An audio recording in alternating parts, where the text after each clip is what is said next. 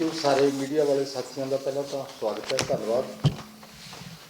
मैं थोड़ा दसना चाहना कि अज साडी जिहड़ी कोसाम वालों असी एक्सपर्ट कमेटी बनाई सी national policy for agriculture marketing वास्ते, ਉਹਦੀ ਸਾਡੀ ਅੱਜ लास्ट मीटिंग सी। तकरीबन सुजैशन साडे कोल सारे पासों आ चुके हैं तो ये जिहड़ी असी कमेटी बनाई सी 25 नवंबर 2024 ਨੂੰ बनाई सी। ਉਹਦੇ चेयरमैन साडे आदित्य देवीलाल चौटाला जी लगाए से गए सी किसान वालों, और इन्हां दे नाल अशोक दलवई जी IAS अफसर जिहड़े former chairman doubling farmer income Bangalore तो ने, वो वाइस चेयरमैन सीगे। Shri Gokul Patnaik ji IAS former chairman APEDA new Delhi, ये मैंबर सीगे। Pravesh Sharma ji IAS former MD SFAC new Delhi, ये मैंबर सी। सुखपाल सिंह जी IIM अहमदाबाद तो मैंबर सी। डॉक्टर सुखपाल सिंह अपने फार्मर कमीशन वाले, ये मैंबर सी। Director agriculture marketing Hyderabad Telangana, ये मैंबर सी। साडे secretary Punjab state agriculture marketing board, वो मैंबर सी। Administrator Rajasthan state agriculture marketing board Jaipur, member सी। Doctor Hema Yadav director VAMNI COM Pune, ये मैंबर सी। और साडे member secretary doctor JS Yadav जिहड़े कोसाम के MD ने, ये सीगे। इस कमेटी ने डॉक्टर आदित्य देवीलाल चौटाला जी की अगवाई दे विच असी पूरे भारत दे विच वख-वख जाके बोर्डां दे विच, मंडियां दे विच किसानां दे नाल वख-वख स्टेक होल्डर्स दे नाल असी गलबात कीती। और एक इस वास्ते असी ड्राफ्ट, क्योंकि यूनियन गवर्नमेंट ने एक पॉलिसी लिआंदी सीगी जिहड़ी साडे पंजाब गवर्नमेंट ने पूरी तरह रद्द करती सी। मार्केटिंग वास्ते पॉलिसी जो लिआंदी सी, उस तो पहलां जिहड़े 3 कानून आए सीगे एग्रीकल्चर के संबंधित, वो भी साडे किसानां दी एजुकेशन तो बाद रद्द कर दिते गए सी, रिपील किए गए सी केंद्र सरकार वालों। और इस कमेटी वालों हुण क्योंकि किसानां दा मार्केटिंग बोर्डां दा कोसाम पूरे भारत के मार्केट बोर्डां दा एक इकट्ठ है, जिहदा चेयरमैन मैनू लगाया गया। इस तो पहला आदित्य देवीलाल चौटाला जी होंदे सीगे। तो असी सोचते हैं कि सारे बोर्डां ने इकट्ठे होकर घट्टो घट्ट साडी जिम्मेवारी बनती है यूनियन गवर्नमेंट को असी कोई सुझाव दईए जिहड़ा साडे किसानां वास्ते वध मुनाफा दे सके, जिहड़ा साडे व्यापारियों को फायदा दे सके, साडे आड़तियां को फायदा दे सके। असी वो सारिया चीज़ां सारे वर्गां नाल वख-वख पॉइंट के उत्ते गल करके एक मेन असी ड्राफ्ट तैयार कर रहे हैं। अज वो फाइनल ड्राफ्ट साडे कोल जिन्ने भी सुझाव ने फाइनल अज साडे कोल आ जाएंगे सारे, असी उन्होंने कंपाइल कर देंगे। अज साडी इत्थे फाइनल मीटिंग सीगी, क्योंकि असी ये चाहुंदे हां कि पंजाब के किसान जां भारत के किसान जिहड़े अज सही मार्केटिंग ना होने की वजह कारण अपनियां फसलां सुट्टण वास्ते मजबूर हो जाते हैं जां उन्हां नूं सही मुੱਲ नहीं मिलता, उन्हां वास्ते कोई नैशनल लेवल पर पॉलिसी होनी चाहिए है। साडा सब तो बड़ा सुझाव ये सीगा जिहड़ा मैं अपने वालों रखिया सी कि साडी सारी जिहड़ी फूड एंड वेजिटेबल किहड़ी स्टेट च किस मात्रा च पैदा हुंदी है और उहदी किस स्टेट दे विच किस मात्रा दे विच डिमांड है, उहदा एक वड्डे पद्धर ते डाटा केंद्र सरकार वालों इकट्ठा किया जाए ताकि उहदी सही चैनलाइज हो सके, लोकां तक सही सस्ते मुੱਲ ते पहुँच भी सके। जिहड़ियां स्टेटां च ज़्यादा हुंदा है उत्थे वो वेस्ट होण तो दूजिया स्टेटां दे विच कंज्यूमर के ढिड च पै भी सके। तो दूसरा साडे आदित्य देवीलाल जी का जिहड़ा सुझाव सीगा शुरू तो वो ये सी कि सारियां मंडियां दे विच साडे किसानां दे भले वास्ते डेडिकेट किया जाए जगह जिथे किसान अपनी फसल डायरैक्ट जाके बेच सकन। उत्थे उस किसान नूं फसल रखण वास्ते गोडाउन मिले, उस वेयर हाउस मिले, उसनूं कोल्ड स्टोर मिले, और जो वो फसल बेचे उसका पैसा मिलना यकीनी उस स्टेट के बोर्ड वालों बनाया जाए ताकि उन्होंने कोई दिक्कत ना आए बाद दे विच। सो इहो जिहे किसान पक्षी सुझाव लैके ये कमेटी ने काम किया और बहुत मैं सारे जिन्ने मैंबर सीगे उन्हां दा धन्नवाद करदा। आदित्य देवीलाल जी ने बहुत मेहनत की है, मैं भी अपने वालों बाकी मैंबरां ने भी अपने वालों जो सुझाव सीगे वो दिते ने, उन्होंने कंपाइल अज शाम तक डॉक्टर यादव जी कर देंगे, क्योंकि पहला अज लेटेस्ट कुछ होर सुझाव साडे ऑनलाइन जिहड़े मैंबर सी उन्होंने दिते ने। असी दो चार दिनों च इहनूं फाइनल करके सेंट्रल गौरमेंट नूं भेजांगे, तां कि ਇਹਦੇ ਵਿੱਚ ਸਾਡਾ ਮੇਨ ਮੁੱਦਾ ਇਹ ਹੈ ਕਿ ਸਾਡਾ ਮੰਡੀ ਸਿਸਟਮ ਮਜ਼ਬੂਤ ਕੀਤਾ ਜਾਵੇ, ਨਾ ਕਿ ਇਹਨੂੰ ਤੋੜਿਆ ਜਾਵੇ। ਦੂਸਰਾ, ਸਾਡੀ ਐਮਐਸਪੀ ਬਰਕਰਾਰ ਰਹੇ। ਕਿ ਅਸੀਂ ਚਾਹੁੰਦੇ ਹਾਂ ਕਿ ਕਿਸਾਨਾਂ ਦਾ ਜੇ ਸਰਕਾਰ ਸਹੀ ਰੂਪ ਦੇ ਵਿੱਚ ਭਲਾ ਕਰਨਾ ਚਾਹੁੰਦੀ ਹੈ ਤਾਂ ਜਿਹੜੇ ਕੋਸਾਮ ਵੱਲੋਂ ਸੁਝਾਅ ਜਾਣਗੇ ਉਹਨਾਂ ਨੂੰ ਵਿਚਾਰ ਕੇ ਕੋਈ ਪਾਲਿਸੀ ਇਹੀ ਜਿਹੀ ਬਣਾਵੇ ਜਿਹਦੇ ਨਾਲ ਸਾਡਾ ਅੰਨ, ਫਰੂਟ, ਵੈਜੀਟੇਬਲ ਬਰਬਾਦ ਹੋਣ ਤੋਂ ਵੀ ਬਚੇ, ਉਹਦਾ ਸਹੀ ਮੁੱਲ ਵੀ ਸਾਡੇ ਕਿਸਾਨਾਂ ਨੂੰ ਮਿਲੇ ਔਰ ਸਾਡੇ ਕੰਜ਼ੂਮਰ ਤੱਕ ਵੀ ਸਹੀ ਢੰਗ ਨਾਲ ਉਹ ਮਾਲ ਜਾ ਕੇ ਵਰਤੋਂ ਦੇ ਵਿੱਚ ਆ ਸਕੇ। ਕਿਉਂਕਿ ਸਾਡੀ ਪਾਪੂਲੇਸ਼ਨ ਬਹੁਤ ਵੱਡੀ ਹੈ, ਉਹਨੂੰ ਬਹੁਤ ਜ਼ਿਆਦਾ ਲੋੜ ਹੈ ਫਰੂਟ ਵੈਜੀਟੇਬਲ ਦੀ। ਸਾਡੇ ਕੋਲ ਵੇਸਟ ਤਾਂ ਹੋ ਜਾਂਦਾ ਪਰ ਲੋਕਾਂ ਦੇ ਘਰਾਂ ਤੱਕ ਨਹੀਂ ਜਾਂਦਾ। ਅਸੀਂ ਚਾਹੁੰਦੇ ਹਾਂ ਕਿ ਸੈਂਟਰ ਕੋਈ ਐਸੀ ਪਾਲਿਸੀ ਬਣਾਵੇ ਜਿਹਦੇ ਨਾਲ ਉਹ ਮਾਲ ਲੋਕਾਂ ਦੇ ਘਰਾਂ ਤੱਕ ਜਾਣਾ ਸ਼ੁਰੂ ਹੋ ਜਾਏ ਸਹੀ ਢੰਗ ਦੇ ਨਾਲ ਔਰ ਕਿਸਾਨਾਂ ਨੂੰ ਉਹਦਾ ਲਾਭ ਵੀ ਹੋਵੇ। ਸੋ ਮੈਂ ਜ਼ਿਆਦਾ ਕੁਝ ਨਹੀਂ ਕਹਿਣਾ, ਕਿਉਂਕਿ ਸਾਡੀ ਕਮੇਟੀ ਦੇ ਚੇਅਰਮੈਨ आदित्य देवीलाल चौटाला जी हैंगे, जिन्होंने बहुत बड़े पद्धर से मेहनत की है और असी सारिਆਂ ने इन्हों का साथ दिता है, ताकि एक चंगी सोच के नाल सेंटर गौरमेंट तक ये नीति पहुँचाई जा सके, जिहदे नाल पंजाब का या भारत का साडे किसानां दा, व्यापारियों का, कंज्यूमर का लाभ हो सके। तुहाडा इत्थे आउण से बहुत धन्यवाद है।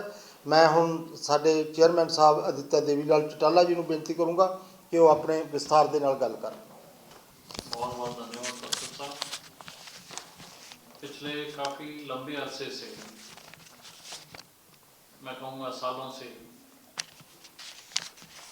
जो किसान है उसको उसकी फसल के उचित दाम नहीं मिलते और आज भी कहीं ना कहीं ऐसे हालात हैं जब उसकी फसल, चाहे वो अनाज है, चाहे फल है, चाहे सब्जियां हैं, चाहे दलहन है, तिलहन है, उनके उचित दाम नहीं मिलते।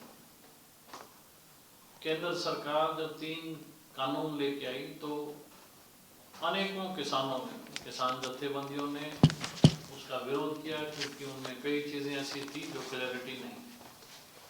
बहुत लंबे किसानों के संघर्ष के बाद सरकार को झुकना पड़ा, कानून को वापस लेना पड़ा।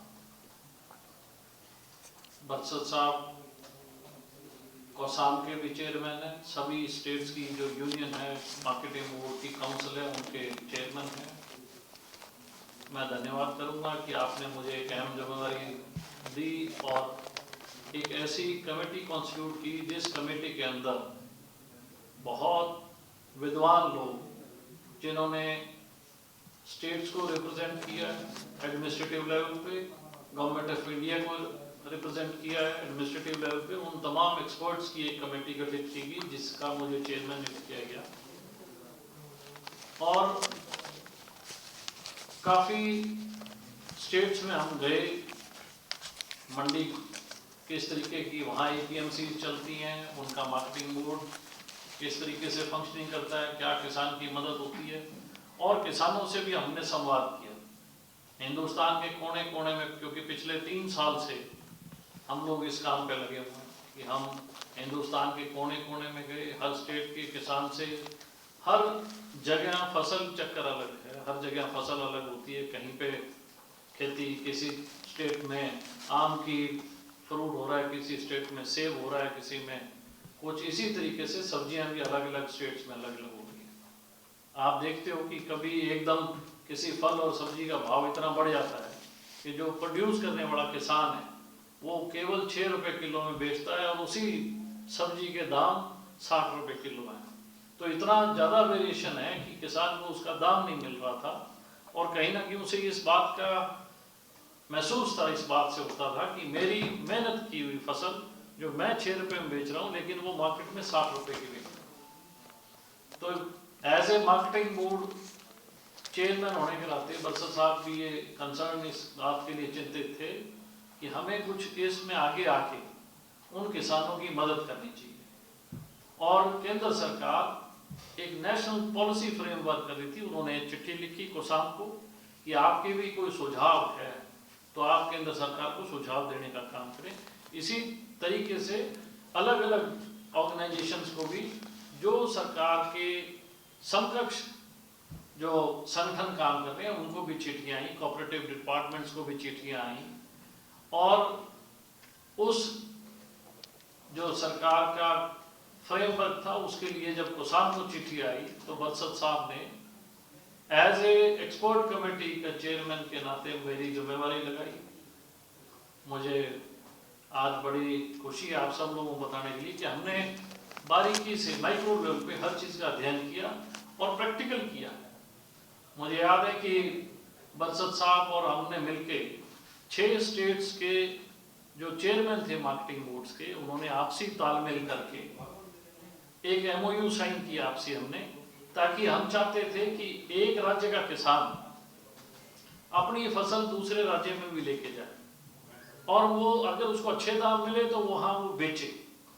अगर वहाँ पे उसके साथ कोई धोखाधड़ी कुछ ऐसा हो कि व्यापारी उसके पैसे ना दे, तो Punjab state agriculture marketing board के पास वो राइट हो कि वो हम उस किसान की वहाँ पे मदद कर सकें अंडर लॉ, और वहाँ जो भी कानूनी कार्रवाई है, पंजाब के किसान हो चाहे हरियाणा के किसान हो, उसको सेफगार्ड के लिए हम उसके साथ खड़े हैं।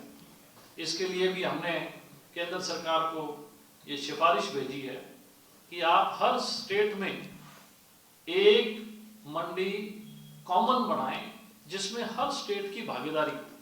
जैसे कि पंजाब एग्रीकल्चर मार्केटिंग बोर्ड है, इसकी लिमिटेशन है, ये अपने पंजाब स्टेट से बाहर कोई मंडी ऐसी नहीं जो पंजाब सरकार के पास हो। हरियाणा स्टेट मार्केटिंग बोर्ड के पास हरियाणा से बाहर कोई ऐसी मंडी नहीं है कि जिसमें वो अपने किसान को प्रोटेक्ट कर सके, क्योंकि हर स्टेट का लॉ फ्रेम अलग है, हर स्टेट का कानून अलग है, हर स्टेट की फंक्शनिंग अलग है।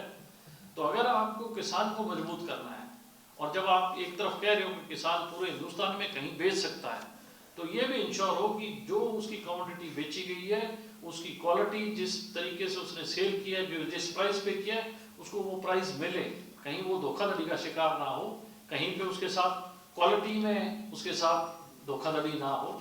तो इसलिए हमने ये भी सिफारिश की है कि पूरे हिंदुस्तान में हर सूबे में एक एक मंडी अन्य राज्यों के लिए भी दी जाए, ताकि पंजाब की अगर पंजाब के अंदर 250 मंडियां हैं तो हर राज्य में एक एक मंडी उनके पास हो, तो कम से कम अपने राज्य से वो फार्मर को उस राज्य में भेजे, दूसरे राज्य में भेजे जहाँ भाव तेज हैं, ताकि उसको उचित दाम मिले, तो वहाँ उसकी सेफगार्ड हो सके, उसकी हर चीज़ की हम मजबूती उसको प्रदान करने का काम करें।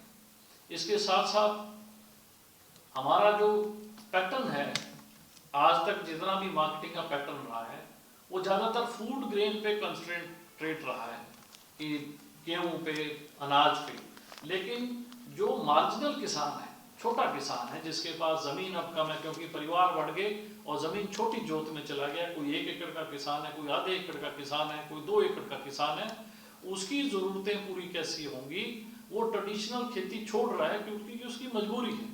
वो गेहूँ के अंदर उतना पैसा नहीं कमा पाएगा कि अपने परिवार का पालन पोषण करे, वो धान के अंदर इतना पैसा नहीं कमा पाएगा कि वो अपने परिवार का पालन पोषण करें, इसलिए वो अपनी खेती को बदल रहा है और कहीं ना कहीं फल सब्जियों में वो आ रहा है, क्योंकि उसकी मजबूरी है कि वो छोटी जोत का किसान है और वो चाहता है कि मैं अपनी इसमें से ज़्यादा आमदन निकालूं। उसके लिए कोई भी ऐसा फ्रेमवर्क नहीं था कि छोटे मार्जिनल किसान को कहीं ना कहीं इंश्योरेंस हो, एश्योर्ड हो कि आपकी जो बोई हुई फसल है इसके आपको अच्छे दाम मिले।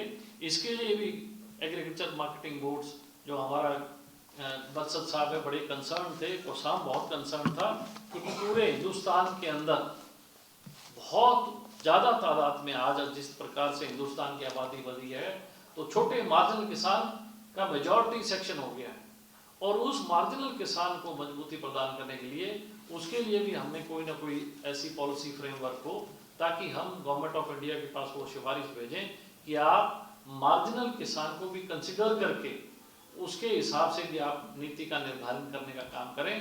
तो हमने इस पे भी बड़ा लंबा एक अध्ययन किया, विजिट किए अलग अलग स्टेट्स में। हम तेलंगाना गए, हमने कर्नाटका विजिट किया, हमने असम विजिट किया। तो वहाँ जो छोटा मार्जिनल किसान था जिसकी हालत बड़ी दयनीय थी, क्योंकि हिंदुस्तान में 60-70% खेती है, किसानी है, और ये प्रदेश जो है ये आज भी इसको पूरी कंट्री को एग्रीकल्चर फार्मर इकोनॉमी हमारे कंट्री कहा जाता है, लेकिन हमारा जो छोटा किसान था उसकी हालत दयनीय थी। उसको मद्देनजर रखते हुए भी मार्जिनल किसान को हम सेफगार्ड कैसे करें, और हमारी इस पूरी कमेटी का मैं बरसत साहब का भी इनको बधाई भी देना चाहूँगा कि हमारा मोटिव एक था कि हम एमएसपी से ऊपर उसको दाम कैसे मिले, उसका वैल्यू एडिशन एमएसपी से ऊपर क्यों कैसे हो, इस पे हमने सबसे ज़्यादा फोकस किया है कि मार्जिनल फार्मर को अगर वो डाइवर्सिफिकेशन ऑफ क्रॉप कर रहा है तो जो उसकी आमदन है वो जो स्पेसिफाइड एमएसपी है उससे ऊपर जाए। अनफॉर्चुनेटली जब हम लोग इस पे काम कर रहे थे तो बहुत से फल और सब्जियां जो है वो एमएसपी के दायरे में नहीं है, वो सारे मार्केट रोल पे चलती है depending on time and situation और किस तरीके की मौसम पे फसल आती है। आप देखते हो कई दफ़ा कोई सब्जी है, मटर है, उसका एकदम 80 रुपये दाम हो जाता है और वही मटर किसी दिन 12 रुपये किलो भी होती है। तो ये जो फ्लक्चुएशंस थी इनके अंदर भी हमने इसके भी अध्ययन किया और फिर हमने ये देखा कि हम एक ऐसा मॉड्यूल तैयार करें जिस मॉड्यूल के तहत पंजाब राज्य, हरियाणा राज्य, हर राज्य से बाहर भी उनको एक एक मंडी मिले, ताकि हम डिमांड एंड सप्लाई की जो एक व्यवस्था है उसको हम पैन इंडिया के अंदर हम क्रिएट करें, एक प्लेटफॉर्म पे लेके आए और एक क्लिक पे हमें ये पता लगे कि आज हिंदुस्तान में किस मंडी में इस फल की कीमत क्या चल रही है, सब्जी की कीमत क्या चल रही है। क्योंकि मैं ये मानता हूँ कि हिंदुस्तान के अंदर अगर महंगाई आती है तो जब महंगाई इन्फ्लेशन को हम मापते हैं तो हम किचन के ऊपर फोकस करते हैं कि आज हमारी रसोई का खर्चा कितना है, क्योंकि रसोई गरीब आदमी के घर में भी है, रसोई हर एक के घर में है। जब आपके खाद्यान्न पदार्थ महंगे होते हैं तो ये महंगाई का दौर शुरू होता है। और किसान जो है अगर सरकार अच्छी नीति बनाए, अच्छी नीति का निर्धारित करें और किसानों को अच्छे दाम मिलेंगे तो इसमें कोई दो राय नहीं है, किसान ही एक ऐसी कौम है जो हिंदुस्तान की महंगाई को कंट्रोल कर सकता है। क्योंकि महंगाई हमेशा किचन को देख के मापी जाती है। तो हरियाणा, पंजाब, ये दो सूबे ऐसे थे हिंदुस्तान की आज़ादी के बाद जिसने हिंदुस्तान में हमेशा अकाल पड़ते थे। पंजाब और हरियाणा ने इतना अनाज पैदा किया कि पूरे हिंदुस्तान का पेट भरने का काम किया। आज इन दोनों स्टेटों को और स्टेट फॉलो करते हुए कृषि में अच्छा काम हो रहा है, लेकिन अब जरूरत है अच्छी नीतियों का निर्धारण करने की। तो पूरे काउंसिल्स ने ये फैसला लिया था और सभी स्टेट एग्रीकल्चर मार्केटिंग बोर्ड्स के हमारे पास उनके सुझाव आए। हर राज्य की एक अलग फसल है, फल हैं, सब्जियां हैं, अलग उनकी दिक्कतें थी, तो सारी चीज़ें हमने कंपाइल की। आज हमारी ये आखिरी एक मीटिंग थी। हमारे पास ऐसे ही संगठनों के भी सुझाव आए जो किसानी क्षेत्र से किसान संगठन जुड़े हुए हैं, अन्य हर एक राज्यों से, पंजाब से भी आए, राजस्थान से आए, हरियाणा से, हर सूबे से। जिन जिन लोगों के मन में ये इच्छा जिज्ञासा थी कि वो अच्छे सुझाव भेजें, तमाम उन संगठनों का भी हम धन्यवाद करते हैं कि उन्होंने भी अपनी जो उनके ज़मीनी तौर पे जो उनकी सोच, ज़मीनी तौर पे जो किसान की दिक्कतें, मजबूरियां या परेशानियां थी, उनके संबंध में भी उन्होंने हमें सुझाव भेजे। और अभी भी आज भी ऑनलाइन हमारी जो पैन इंडिया बैठक हुई, मीटिंग हुई है, तो भी बहुत से सुझाव आए हैं। तो जो 3-4 दिन के अंदर हमारे secretary member doctor JS Yadav साहब, जो काफ़ी लंबे अरसे से, लगभग 20 सालों से, जब से कोसाम हुआ है तभी से आप कोसाम के साथ जुड़े हुए हैं, आपके पास सारा डाटा और सारी जो रिकमेंडेशंस हैं अलग अलग सूबों से, अलग अलग जथेबंदियों से आई हैं, उनको कंपाइल करके, और सरदार हरचंद सिंह बरसत साहब जो कि हमारे चेयरमैन हैं कोसाम के, इनकी अगवानी में हम गवर्नमेंट ऑफ इंडिया को सिफारिश भेजेंगे ताकि मार्जिनल किसान का ध्यान रखा जाए और हरियाणा और पंजाब और इलाके के जो किसान हैं उन तमाम किसानों की, पैन इंडिया के किसानों की जो दिक्कत, परेशानियां और उनके सॉल्यूशंस, उस पर खास तौर पे ध्यान देकर और केंद्र सरकार एक अच्छी नीति किसानों के हक में बनाने का काम करे। मैं चाहूँगा कि आपको सारी डिटेल जो है बारीकी तौर पे JS यादव साहब, डायरेक्टर साहब भी बताएंगे कि किस तरीके से हमें किसान को और स्ट्रेंथन करने की जरूरत है। तो मैं चाहूँगा कि डॉक्टर यादव साहब आपसे इस बार ब्रीफ हो।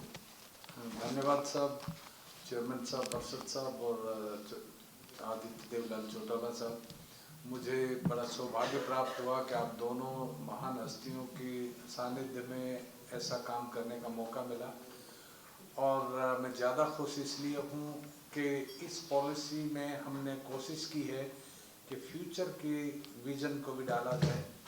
अगले 10-15 साल तक अंतर्राष्ट्रीय स्तर पर क्या क्या बदलाव आ रहे हैं, दुनिया की मंडियां कहाँ तक पहुँच रही है, हम कहाँ खड़े हैं, हमारे कंज्यूमर्स की फूड सेफ्टी हाइजीन का क्या स्तर है, दुनिया के प्रोड्यूस का क्या स्तर है, दुनिया खुलती जा रही है, ऐसे में हमारे इंफ्रास्ट्रक्चर और मंडियों की हालत कहाँ सुधर सकती है, उन सभी चीज़ों का हमने इसमें ध्यान रखते हुए और सारे एस्पेक्ट्स कवर करने की कोशिश की है। जैसे अभी चेयरमैन साहब ने, बरसत साहब ने बताया कि मैपिंग होनी चाहिए, तो हमने इसमें सजेस्ट किया है कि GIS based thematic mapping of flow pattern of commodity हो।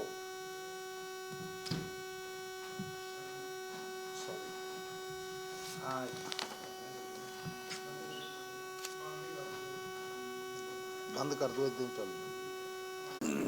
सो कमोडिटीज़ का फ्लो पैटर्न हमें ये बताएगा किस डायरेक्शन में कितना प्रोड्यूस कहाँ जा रहा है और हमारी किस स्टेट की कितनी इंटरडिपेंडेंसी है। क्योंकि मान लिया हमारा एक प्रोड्यूस राजस्थान का कीनू है, तो कीनू किन किन स्टेटों में highest paying market of the day कहाँ है, और उसको देखते हुए हमें किधर किस डायरेक्शन में मूव करना चाहिए ताकि ज़्यादा से ज़्यादा वैल्यू रियलाइजेशन हो उसके। तो ये बहुत अच्छा सुझाव चेयरमैन साहब का स्वयं का ओरिजिनल आइडिया था। हमने इसको थ्योरेटिकल एस्पेक्ट दे के प्रैक्टिकल इम्प्लीमेंटेशन प्लान बनाने की कोशिश की है और सजेशन दिए हैं। इसी तरह हमने एक one nation one grid of distribution का भी इसी के अंदर से निकला हुआ एक सजेशन है कि पूरे कंट्री को सप्लाई, यूनिफॉर्म सप्लाई सब जगह कमोडिटी जहाँ जहाँ अवेलेबल है, क्योंकि कुछ कमोडिटी हमें स्केर्स है, कुछ कमोडिटी हमारे पास सरप्लस है, तो उनका यूनिफॉर्म डिस्ट्रीब्यूशन एक one nation one grid of distribution के थ्रू हमने एक मार्केट प्लानिंग और डिज़ाइनिंग का भी सजेशन दिया है। क्योंकि हमारी मंडियों की दशा बहुत दयनीय है, फल सब्जी मंडी की विशेष रूप से। इसमें छोटी मंडियां भी है, A category, B category, C category की, तो हमारे पास कोई डिज़ाइंस नहीं है और अभी तक बहुत एक्सपर्ट डिज़ाइन सेंटर, क्या मैं तो कहूँगा आर्किटेक्ट भी देश में नहीं है। तो क्यों न एक हमारा अपना एक डिज़ाइन सेंटर हो जो हमें डिफरेंट काइंड्स ऑफ मार्केट्स की डिज़ाइनिंग करे, वो भी सजेस्ट किया है। इसके अलावा एग्री बायोमास एक उभरता हुआ नया सब्जेक्ट है। एग्री बायोमास बहुत तेज़ी से है, लगभग जितना देश में फूड ग्रेन पल्सेस पैदा होता है उससे दुगना हमारा बायोमास है। और उस बायोमास की सिचुएशन आपको पता ही है, कोई कहीं किसी तरह यूज़ करता है। अब आने वाला टाइम में CBG, biomethane, biomethanization, bio CBG plants, mandi waste, waste management, इससे हमने लिंक करके देने की कोशिश की है।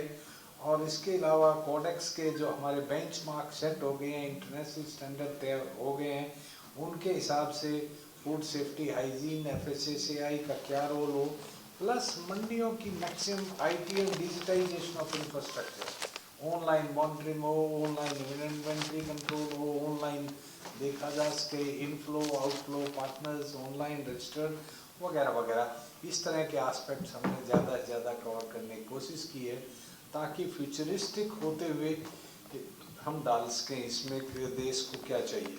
मैं अपनी आपकी पर्सनल जानकारी के लिए बता दूं कि मैं world union of wholesale market का भी डायरेक्टर हूं, इंडिया को रिप्रेजेंट कर रहा हूं 18 साल से। तो उस वजह से मुझे थोड़ा सा एक्सपोजर वर्ल्ड का भी है, यूरोप क्या कर रहा है, हमारे competitive country Brazil, Argentina, Chile, Peru क्या कर रहे हैं, और हम ईस्ट हमारा क्या कर रहा है, चाइना, कोरिया, जापान कहाँ है। तो हम उसको भी समझते हुए अपनी सीमाओं में रहते हुए क्या मैक्सिमम कर सकते हैं वो भी डालने की कोशिश की है। Thank you very much. कोई आपके सर जो आपने सारा आपने बताया तीनों ने, ये हम सेंटर से डिमांड कर रहे हैं कि क्या स्टेट गवर्नमेंट आपको सारा कुछ इंफ्रास्ट्रक्चर आपको छूट दे? स्टेट से डिमांड नहीं कर रहे, सेंटर से डिमांड नहीं कर रहे हम, तो सेंटर को बतौर कोसाम सजेशन दे रहे हैं कि ये पॉलिसी होनी चाहिए। स्टेट गवर्नमेंट तो हम स्टेट गवर्नमेंट तो रिप्रेजेंट कर रहे हैं, ये पंजाब हरियाणा को रिप्रेजेंट कर रहे हैं, मैं पंजाब को रिप्रेजेंट कर रहा हूँ, बाकी चेयरमैन सभी जो अलग अलग स्टेट को कर रहे हैं, उन सब ने सबका बॉडी है COSAM, council of state agriculture marketing boards. हम उस बॉडी के आधार पे चाहते हैं कि केंद्र सरकार जो गलत पॉलिसी बनाएगी हम उसका विरोध भी करेंगे, पहली बात। दूसरी बात, हम अल्टरनेटिव अपनी सोच भी दे रहे हैं कि फ्यूचरिस्ट होते हुए वर्ल्ड की जो लेटेस्ट टेक्नोलॉजी है उसके साथ जुड़ते हुए हमारे फ्रूट एंड वेजिटेबल या अनाज को प्रॉपर यूटिलाइज कैसे किया जा सकता है इंडिया में, क्योंकि सेंट्रल गवर्नमेंट की भी यही सोच है, वो चाहते हैं कि हमारा अनाज वेस्ट ना हो। आज 30% अनाज जो वेस्ट हो रहा है पूरी दुनिया में, हम चाहते हैं वेस्ट होने की बजाय लोगों के घरों में पहुंच जाए। आज सेब हिमाचल में रुल जाते हैं, कीनू पंजाब में रुल जाता है, और दूसरी स्टेट में जाके जो यहाँ 14 रुपये किलो है वहाँ 200 रुपये किलो मिलता है। ਅਸੀਂ ਚਾਹੁੰਦੇ ਹਾਂ ਕਿ ਕੇਂਦਰ ਸਰਕਾਰ ਵੱਲੋਂ ਜੋ ਪਾਲਿਸੀ ਬਣੇ ਉਹਦੇ ਵਿੱਚ ਇਹ ਚੀਜ਼ਾਂ ਇਨਕਲੂਡ ਹੋਣ, ਮੈਪਿੰਗ ਹੋਵੇ ਪ੍ਰੋਪਰ, ਤਾਂ ਕਿ ਇੱਥੋਂ ਦਾ ਮਾਲ ਕਿਸਾਨਾਂ ਨੂੰ ਵੱਧ ਮੁੱਲ ਤੇ ਮਿਲੇ ਤੇ ਉੱਥੇ ਜਾ ਕੇ ਸਹੀ ਮੁੱਲ ਤੇ ਲੋਕਾਂ ਨੂੰ ਮਿਲ ਜੇ। ਅਸੀਂ ਇਸ ਤਰ੍ਹਾਂ ਚਾਹੁੰਦੇ ਹਾਂ, ਕਿਸਾਨ ਵੱਲੋਂ ਅਸੀਂ ਸੁਜੈਸ਼ਨ ਦੇ ਰਹੇ ਹਾਂ ਕਿ ਸੈਂਟਰ ਗਵਰਨਮੈਂਟ ਪਾਲਿਸੀ ਜੋ ਬਣਾਵੇ ਉਹਦੇ ਵਿੱਚ ਇਹ ਚੀਜ਼ਾਂ ਧਿਆਨ 'ਚ ਰੱਖੇ। ਬਸ ਸਰ ਕਿਤੇ ਇਹ ਕਾਮਨ ਮੰਡੀ ਬਣੀ ਹੋਈ ਹੈ ਤੁਹਾਡੀ ਨਿਗਾਹ ਦੇ ਵਿੱਚ, ਕਿਤੇ ਬਣੀ ਹੋਵੇ ਜਿੱਥੇ ਇਹ ਆਦਾਨ ਪ੍ਰਦਾਨ ਚੱਲਦਾ ਹੋਵੇ। ਦੂਸਰੀ ਚੀਜ਼ ਜੇਕਰ ਇਹ ਬਣਦੀ ਹੈ ਤਾਂ ਉਹਦੇ ਨਾਲ ਪਹਿਲਾ ਖਰਚਾ ਟਰਾਂਸਪੋਰਟੇਸ਼ਨ ਦਾ ਵੀ ਵਧੂਗਾ, ਦੂਸਰਾ ਕਿਸਾਨਾਂ ਨੂੰ ਉੱਥੇ ਜਾ ਕੇ ਜਿਹੜੇ ਅੱਜ ਕੱਲ੍ਹ ਐਂਟਰੀ ਨੇ ਜਾਂ ਟੋਲ ਇਸ ਤਰੀਕੇ ਦੇ ਉਹਦੇ ਨਾਲ ਉਹ ਟਰਾਂਸਪੋਰਟੇਸ਼ਨ ਤੋਂ ਲੱਗਦਾ ਨਹੀਂ ਵਧੂਗਾ। ਹਾਂ, ਮੈਂ ਇਹਦੇ ਬਾਰੇ ਅਸੀਂ ਕਿਸਾਨ ਵੱਲੋਂ ਇੱਕ ਕਮੇਟੀ ਬਣਾਈ ਸੀਗੀ, ਤੁਹਾਨੂੰ ਆਦਿਤਿਆ ਦੇਵੀ ਲਾਲ ਚੌਟਾਲਾ ਜੀ ਉਹਦੇ ਬਾਰੇ ਵਿਸਤਾਰ 'ਚ ਦੱਸਣਗੇ। जो भी सिफारिशें हम लोग कर रहे हैं, हम लोगों ने पहले इस पे प्रैक्टिकल किया है कि ये पॉसिबल है या नहीं है, संभव है या नहीं। मैं chairman agriculture market board Haryana था और हमने 6 स्टेट्स के MOU साइन हुए, जिसमें हमारा पंजाब बरसत साहब भी चेयरमैन थे, कि जितनी हमारी मंडियां हैं, मंडी में शेड हैं, कोल्ड स्टोर हैं, वेयर हाउस हैं, जो कि सिर्फ गेहूँ, सरसों, पैडी इन्हीं को स्टोर करने के लिए बने, और जब वो खाली हो जाएं तो वो कोई यूज़ नहीं आता था। मान लो एक कोल्ड स्टोर खाली है तो वो सारे साल खाली रहेगा, एक वेयर हाउस खाली पड़ा है। तो हमने इंटर स्टेट 6 सूबों ने आपस में एक तालमेल किया कि अगर आपके किसान वो खाली स्पेस यूटिलाइज करना चाहें फ्री ऑफ कॉस्ट, तो अगर किसी को लगे कि लुधियाना में उसका सामान ज़्यादा महंगा बिक रहा है, राजस्थान वाले किसानों को लगे, तो वो राजस्थान से लुधियाना आ जाए, वहाँ वेयर हाउस खाली पड़ा है, वहाँ सामान रख लो, और जो आपका ट्रक है जो किराए पे लेके आए उसको वापस भेज दो, किराया मन नहीं लगाएगा, और वहाँ से धीरे धीरे आप रिटेल कर सकते हो, ताकि आप अपना चेन डायरेक्ट किसान अपना चेन मार्केटिंग चेन इस्टेब्लिश करें। आज किसान पैदा तो कर रहा है, 6-6 महीने खेत में रहता है, गर्मी सर्दी मेहनत करता है, लेकिन जब वो पैदा करके उसकी फसल तैयार होती है और उसकी फसल जब वो मंडी में लेके जाता है तो वहाँ दाम नहीं मिलते, क्योंकि वो उस इलाके के अंदर एक जैसी फसल है, वो सरप्लस है। 40 एक गांव की एक मंडी है, अनाज मंडी, 40 गांव की एक सब्जी मंडी है, और 40 गांव की फसल एक समय में आती है, और जब वो सारे गांव फसल लेके आते हैं तो स्वाभाविक है कि वहाँ रेट तो नहीं होगा, क्योंकि वो इतना क्वांटिटी ज़्यादा आ गई। तो इसीलिए हमने 6 सूबों ने आपस में तालमेल किया कि हम अपने खाली स्पेसेस जो कि हमारे ज़रूरत के नहीं है, हम आपस में इंटर एक्सचेंज कर लेते हैं, किसानों के लिए फ्री ओपन कर लेते हैं। और इसके साथ साथ गोवा के साथ हमने ट्रेड किया। गोवा में काजू है, आप यहाँ काजू खाते हो, ये 1200 रुपये किलो है, आप बाज़ार से काजू लाओगे 1200 रुपये किलो है। हम लोग हर रोज़ काजू नहीं खा सकते, बहुत महंगा है, हमारे घर गेस्ट आते हैं तब लेके आते हैं। गोवा में ये काजू खेती होती है और किसान के खेती छोड़ रहा है। क्यों छोड़ रहा है? क्योंकि वहाँ पे जो रॉ काजू है 108 रुपये किलो, उसको दाम नहीं मिल रहा, उसको मार्केट नहीं मिल रहा। हमारे यहाँ किन्नू होता है, मेरे हरियाणा में है, पंजाब में है, किन्नू जो है वो फसल लगाएगी कि क्रॉप डाइवर्सिफिकेशन, कि हमने किसानों को कम पानी की लागत से फसलें हों और उन्हें अच्छा दाम मिले। आज हरियाणा और पंजाब सबसे ज़्यादा कंसर्न है पैडी को लेके कि हमारा जो ग्राउंड वाटर है वो 700-800 फुट नीचे चला गया, और ये हमारे लिए चिंता की बात है, ये पर्यावरण के लिए भी चिंतित होने की चीज़ है। तो उस फार्मर को हम ऑल्टरनेट क्रॉप देंगे, अगर उसको 1 लाख रुपया एकड़ आ रहा है, उसको 1.5 लाख या 2 लाख की फसल मिलेगी तभी वो चेंज करेगा, अदरवाइज नहीं करेगा किसान। तो इसीलिए हमने एक ये काम किया। तो वहाँ गोवा में जब किसान हमारे जाके बेच के आए तो वहाँ उनका किन्नू 200 रुपये किलो बिका, जो कि किन्नू के यहाँ जो आज भाव है 28 से 34 रुपये, 32 रुपये, और कभी कभी तो 12-13 रुपये भी आ जाता है।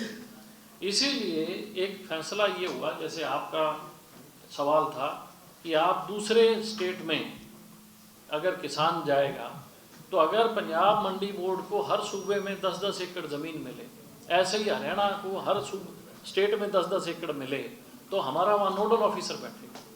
नोडल ऑफिसर होगा तो हम अपने किसान को, पंजाब में दाम ज़्यादा है तो पंजाब में भेज पाएंगे, मध्य प्रदेश में दाम ज़्यादा है तो हम मध्य प्रदेश में भेज पाएंगे। और वो कैंपस जो है वो हर स्टेट को, चाहे वो 200 एकड़ का है, 250 एकड़ का है, हर स्टेट का 10-10 एकड़ का पवेलियन होगा, तो सारी स्टेट्स के अधिकारी भी वहाँ बैठेंगे।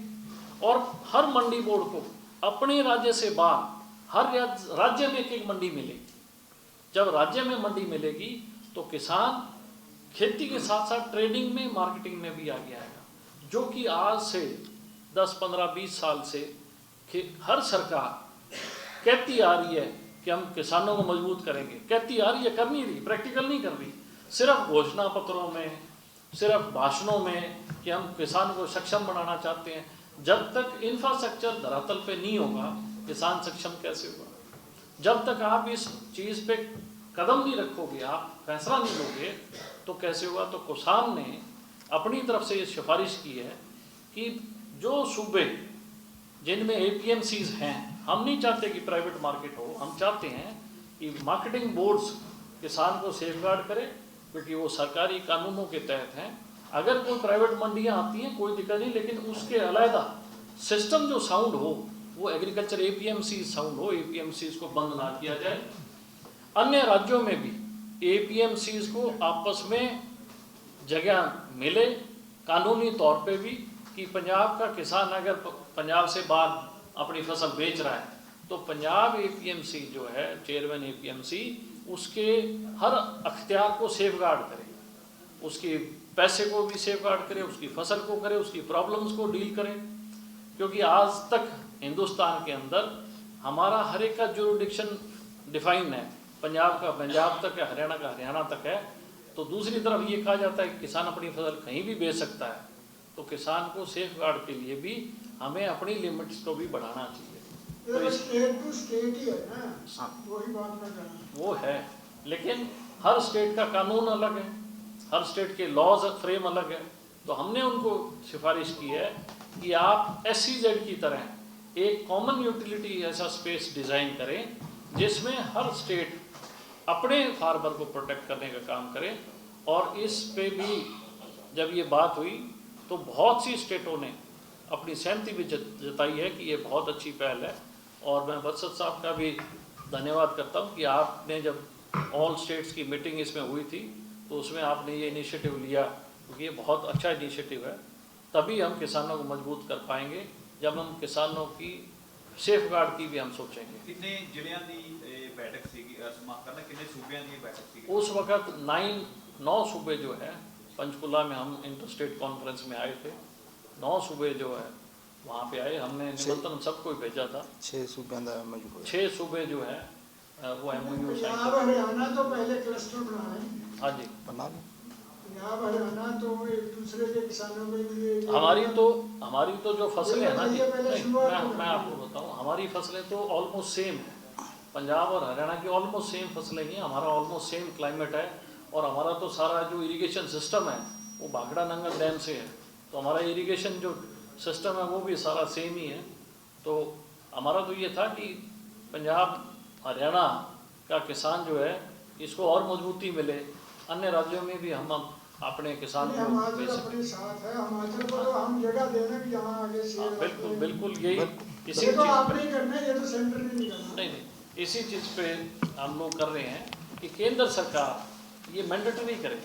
केंद्र की एक पॉलिसी है AMI, मैं बताता हूँ, उस पॉलिसी के तहत केंद्र सरकार सब्सिडाइज करती है बड़े प्रोजेक्ट्स को। तो इसको एक पायलट प्रोजेक्ट के रूप में पूरे हिंदुस्तान में लागू किया जाए। कोसान की सिफारिश है केंद्र सरकार को कि आपने अगर वाकई में ही किसानों का भला करना है तो आपको पैन हिंदुस्तान काम करना चाहिए। किसान केवल ये नहीं है फल और सब्जियों का, किसान मवेशी पालता है, किसान दूध की पैदावार करता है, किसान पोल्ट्री पे है, किसान फिशरी पे भी है, कोस्टल एरियाज में भी जो फिशरी पे किसान काम कर रहा है वो भी है। तो ये हमें एक मैकेनिज्म एस्टैब्लिश करना पड़ेगा जिसमें हम सबको एक आप तो हमारे से ज़्यादा जानते हो, सेंट्रल सरकार तो FCI को खत्म कर रही है, वो भी खत्म करने जा रहे हैं। ऐसे है। MSP पे आपकी वो नहीं कर रहे हो। आपकी बात ठीक है, हम भी तो केंद्र सरकार को सिफारिश इसलिए भेज रहे हैं ना कि आप कम से कम अपनी आंखें खोलो।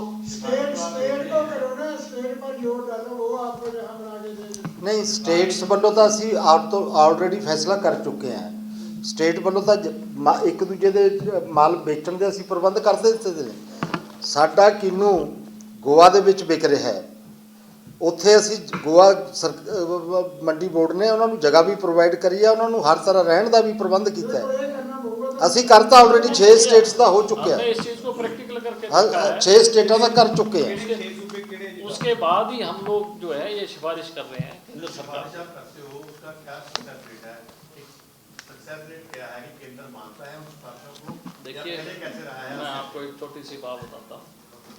देखिए जिन लोगों को किसानों की चिंता है, कंसर्न रखते हैं, उन लोगों का काम है कि जो बात है वो किसानों की पुरजोर तरीके से रखें।